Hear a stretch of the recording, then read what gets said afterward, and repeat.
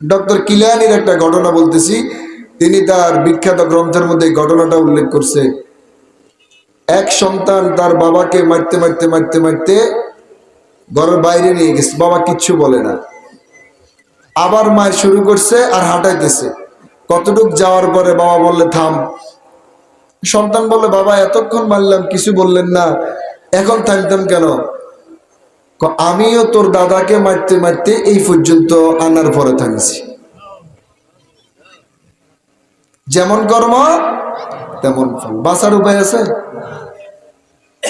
আপনি আশ্চর্য হবেন, আল্লাহর নবী বললেন, যদি কেউ মা এবং বাবার জন্য রিজিক রোজগারের উদ্দেশ্যে ঘর থেকে বের হয়, যতক্ষণ সময় সে বাইরে কাজ করবে, জিহাদ ফি সাবিলিল্লাহ, আল্লাহর রাস্তায় জিহাদের সওয়াব পেয়ে যাবে।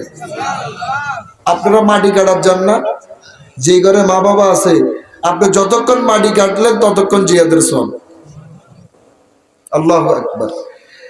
এরপরে আল্লাহর নবী বললেন, একজন সাহাবী আসলেন, ইয়া রাসূলুল্লাহ, আমি আপনার সাথে জিহাদ করতে চাই, ময়দানে গিয়ে কালিমার পতাকা উড্ডীন করার লক্ষ্যে, ইসলামের বিজয় সুনিশ্চিত করার লক্ষ্যে আমি জিহাদ করতে চাই।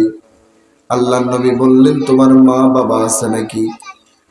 মানুষটি বলল, আমার মা জীবিত আছে, বৃদ্ধ মা ঘরে রেখে এসেছি ইয়া রাসূলুল্লাহ।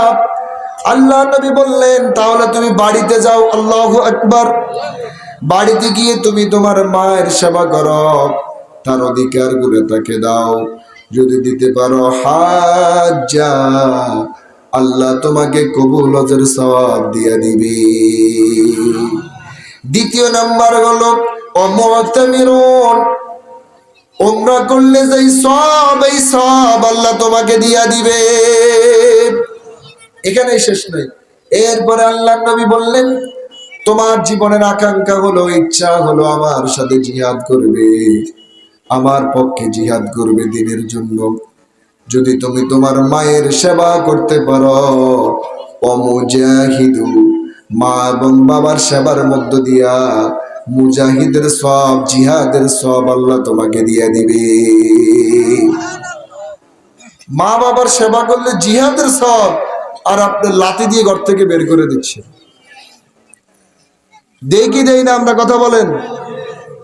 এখন আমরা সবাই সাধু, সবাই মা ভক্ত বাবা ভক্ত, কিন্তু ঘরে গেলে সবাই মা এবং বাবার বেলায় সবচাইতে বেশি শক্ত। ঠিক কিনা বলেন? এরপরে আল্লাহর নবী বললেন, কোন মানুষ যদি মা এবং বাবার সেবা করেন, কিয়ামতের ময়দানে যখন এই বান্দাটার নেক শর্ট হয়ে যাবে, মিজানের পাল্লা যখন পাপের পাল্লা ভারী হয়ে যাবে, আল্লাহর নবী বলবেন, দেখো তো এই সন্তানটা তার মা বাবার সেবা করেছে কিনা। ফেরেশতারা খোঁজাখুঁজি শুরু করবে, তার আমলনামা ঘাটাঘাটি শুরু করবে। একটা সময় যখন দেখবে সে তার মা বাবার সেবা করেছে, এই কথাটুকু আল্লাহ তাআলাকে জানাইয়া দিবে। সাথে সাথে আল্লাহ তাআলা বলবে, ইনতাকিলু ইলাল জান্নাহ, যেহেতু মা বাবার সেবা করেছে, এই বান্দাটাকে জান্নাত দিয়া দাও।